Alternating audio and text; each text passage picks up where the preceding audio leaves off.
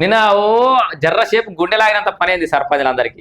ఈ వార్త మంచిగా నూరి సర్పంచ్‌లకు కాదు ఉప సర్పంచ్‌లకి. మొన్న జరిగినటువంటి పంచాయతీ ఎన్నికలల్లా ఉప సర్పంచ్ పదవులని ఒక్కొక్క దగ్గర ఒక్కొక్క రేటుకి అమ్ముడు పోయినాయి. ఓపెన్‌గా చెప్తున్నా దాంట్లో దాపరికం ఏం లేదు. 15,00,000, 16,00,000, 20,00,000, 25,00,000లకు ఉప సర్పంచ్ పదవులు.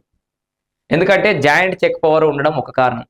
నన్ను కాదని ఇక సర్పంచ్ ఎంతనో నేనంత. నా సంతకం లేదు సర్పంచ్ ఏం చేయలేడు. నేను కూడా సర్పంచ్‌నే అనే ధోరణి ఒకటి. ఎంతో కొంత సంపాదించుకోవచ్చు అనే ఒక ధోరణి. 2 చాలా జాగాలలో ఈ సర్పంచ్ ఒక ప్యానెలోడైతే సర్పంచ్ వరకు నేను సర్పంచ్ గెలిపిరు సాల్ నన్ను వార్డ్ మెంబర్‌కి ఎవరికైనా వేసుకోరని సర్పంచ్‌లు. ఇక వార్డ్ మెంబర్‌లేమో మీరు సర్పంచ్ ఎవరికైనా వేసుకోరని వార్డ్ మెంబర్ అయితే నాకియ్యరని ఒకరు. ఇట్లా వేరే వేరే ప్యానెల్‌లు గెలవడం వల్ల ఈ చాలా జాగాలలో ఉప సర్పంచ్ పదవి ఇజ్జత్ తీసుకొని ఎక్కువ పైసలు ఖర్చు పెట్టి మరి వాళ్ళకి ఆపోజిట్ ఉన్నోళ్ళు ఉప సర్పంచ్‌లు అయ్యారు చాలా ఊరల్ల. ఎందుకు అయ్యారు? వీడు సర్పంచ్ గాని మెసలనియద్దిగా. ఏం పని చేయనియద్దు. ఏం చేసినా మనకింత కథ అని రకరకాలుగా చేసిర్రు. డబ్బులు పెట్టి మరి ఉప సర్పంచ్ పదవి కొన్నారు. కొన్న తర్వాత ఆయనతో నిన్న పుచ్చుకున్న ఒక దాన్ని ఏమంటారు జీవో వచ్చింది, ఆర్డర్ వచ్చింది. దాంట్లో వాస్తవానికి ఉప సర్పంచ్ చెక్ పవర్ రద్దు అని మెన్షన్ చేయకపోయినప్పటికీ చెక్కర్ అప్రూవర్ అనే ఒక పదం కాడ ఈ మండల పంచాయతీ కార్యదర్శి సర్పంచ్ అని చెప్పేసి 2-3 పేర్లు మెన్షన్ చేసిరని అలా ఉప సర్పంచ్ అని మెన్షన్ చేయాలి. పెద్ద గందరగోళాన్ని దారి చేసి రాత్రంతా ఉప సర్పంచ్ పదవి చెక్ పవర్ రద్దు, ఉప సర్పంచ్ చెక్ పవర్ రద్దు, వాట్సాప్ స్టాటస్లు, సోషల్ మీడియా ఘోరం అయిపోయింది. ఆ గంట సేపట్లో మరి ఎవరు నాగమామ హైరో తెలియదు.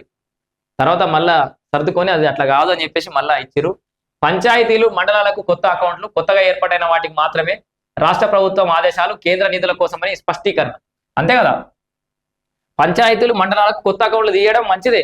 ఇప్పుడు ఫ్రెష్ అకౌంట్లు తీయడం వల్ల కరెక్ట్ ట్రాన్సాక్షన్స్ ఇప్పుడు గ్రామ పంచాయతీల ట్రాన్సాక్షన్లు ఏం జరుగుతున్నాయి, అన్ని ఆన్లైన్ ట్రాన్సాక్షన్సే. సర్పంచ్ అందరికీ నేను ఇదివరకు కూడా మంచి విషయాలు చెప్పినా, ఇప్పుడు కూడా ఈ ముచ్చట చెప్పినాక మొత్తం లాస్ట్కి చెప్తా. ఇదేడో పెద్ద ఉప సర్పంచ్లకు చెక్ పవర్ తీసేయలేదు, క్లారిటీ ఇచ్చిన పంచాయతీరాజ్ శాఖ.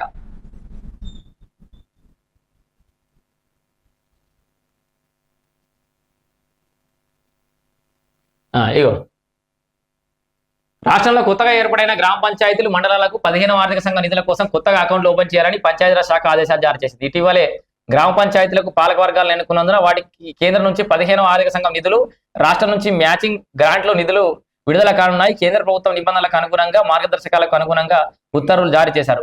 ఆన్లైన్ పేమెంట్లు చేయాల్సి ఉంటుంది. మాన్యువల్ పేమెంట్ చేయడానికి వీలు లేదు. అసలే మొత్తం ఆన్లైన్ పేమెంట్లే చేయాలి. మాన్యువల్ పేమెంట్ చేద్దామని కూడా లేదు.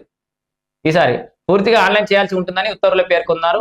కొత్త అకౌంట్లు ప్రారంభించడానికి గ్రామ సభలో జనరల్ బాడీలో తీర్మానం చేసి ఆ తీర్మాన కాపీ ద్వారా కొత్త అకౌంట్లు ఓపెన్ చేయాలని సూచించారు. ఈ నిధులను వినియోగించుకోవడానికి 2 దశల విధానాన్ని తీసుకొచ్చారు. డిజిటల్ సిగ్నేచర్ సర్టిఫికేట్స్ లో భాగంగా మేక్లో ఉప సర్పంచ్ ఓచర్ ను ప్రిపేర్ చేయాల్సి ఉంటుంది. చెక్ అప్రూవర్ గా సర్పంచ్ ఉంటారు. ఇక్కడ క్లియర్ చూడరి, డిజిటల్ సిగ్నేచర్ సర్టిఫికేట్స్ లో భాగంగా మేక్ లో ఉప సర్పంచ్ ఓచర్ ను ప్రిపేర్ చేయాలి. ఉప సర్పంచ్ ఓచర్ ఒకటి తయారు చేస్తారు. దాంట్లో చెక్ అప్రూవర్ గా దాన్ని మళ్ళీ ఫైనల్ గా అప్రూవ్ చేసే సర్పంచ్ ఉంటాడు. ఉప సర్పంచ్లకు చెక్ పవర్ తీసేయాలి అని చెప్పేసి కూడా క్లారిటీ ఇచ్చారు. అయితే పంచాయతీరాజ్ శాఖ అధికారుల ఉత్తర్వులు జారీ చేసే క్రమంలో చేసిన పొరపాటుతో రాష్ట్ర వ్యాప్తంగా ఒక్కసారిగా గందరగోళం నెలకొంది. ఇందులో ఉప సర్పంచ్ మినహాయించి ఆయన స్థానంలో గ్రామ కార్యదర్శి పెట్టారు. దీంతో ఉప సర్పంచ్ కి చెక్ పవర్ ప్రభుత్వం తీసేసిందంటూ సోషల్ మీడియాలో విస్తృత ప్రచారం జరిగింది. కొత్తగా ఎన్నికల పాలక వర్గాలు షాక్ గురాయి. దీంతో పొరపాటును గుర్తించిన పంచాయతీరాజ్ శాఖ వెంటనే ఆ సర్క్యులర్ లో సవరణలు చేసి మరోసారి ఆదేశాలు జారీ చేశారు. ఉప సర్పంచ్లకు చెక్ పవర్ తీసేయలేదంటూ వివరణ ఇచ్చారు. అయితే ఇదంతా బాగానే ఉంది, ఉప సర్పంచ్లకు చెక్ పవర్ తీసేయలేదు. ఇక్కడ 2 రకాలుగా ఉంది, విన్ విన్ సిచ్యువేషన్ లెక్క. ఇక్కడ ఒక మంచి ఉంది, ఒక చెడు ఉంది.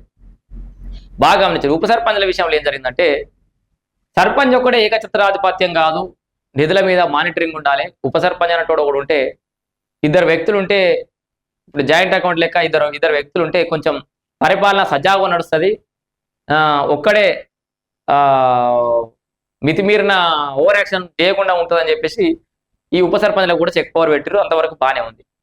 దీంట్లో 2వ ధోరణి కక్షాపూరితంగా పరిపాలన ముందుకు సాగకుండా ఉప సర్పంచులు మోగాలు అడ్డేసి రకరకాల చాలా ఊర్లలో నిధులు రాకుండా పనులు జరగకుండా అడ్డుకున్న గ్రామ పంచాయతీలు కూడా అనేకం ఉన్నాయి గతంలో. సో అట్లాంటి ఇబ్బందులు కూడా కొన్ని జాగాల్లో తలెత్తే అవకాశం ఉంది. ఏది ఏమైనా కలిసి పనిచేసుకోరి జోడెడ్ల లెక్క సర్పంచులు ఉప సర్పంచులు. అండ్ వైడి న్యూస్ వేదికగా నేను మొన్న కూడా చెప్పినా, మళ్ళీ హెచ్చరిస్తున్నా, కొత్తగా గెలిచిన సర్పంచులందరూ దయచేసి మీరు అనవసరంగా గాలిలో మెడలు కట్టుకోకుర్రి, ఊహలలో తేలిపోకుర్రి. గతంలో మన తెలంగాణలో ఆ చరిత్ర ఉంది. ఏం చరిత్ర?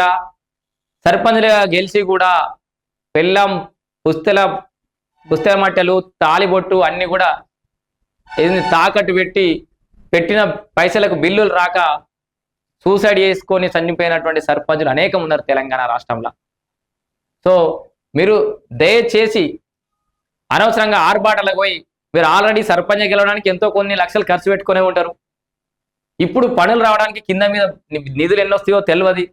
ఆ వచ్చిన నిధులు మేమే సీసీ రోడ్లు పోతాం, మేమే అన్ని పనులు చేస్తాం, మేమే కాంట్రాక్టులు చేసుకుంటాం అని చెప్పేసి మీరు కనుక అప్పులు తెచ్చి రోడ్లు పోసి ఆ బిల్లులు జర సకాలంలో రాక మీరు తెచ్చిన అప్పులకు మిత్తులు కట్టలేక ఆగం కావద్దు.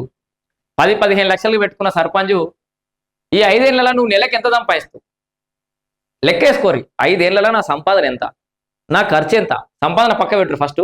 మన ఖర్చు ఎంత? ఇప్పుడు చిన్నదో పెద్దదో కారు కొనుక్కుంటే, రోజు ఖద్దరు బట్టలు ఇస్త్రీ చేయించుకుంటే 20 రూపాయలు 30 రూపాయలకి ఇస్త్రీ చేత గంజి బట్టలు, ఆ కార్ల 4 వేసుకొని మండల ఆఫీస్కి పోవాలి, లేకపోతే జిల్లా కేంద్రం పోవాలి, కలెక్టరేట్ పోవాలి. వానికి మధ్యాహ్నం భోజనాలు చేయించాలి, సాయంత్రం చాయ్ తాగిపోయాలి, 6-7 గంటలకు ఎన్నో బార్లు కూసబెట్టి నీ వెనకొచ్చిన వాళ్ళకి తాగిపోయాలి, నువ్వు తాగాలి, ఇంటికి రావాలి.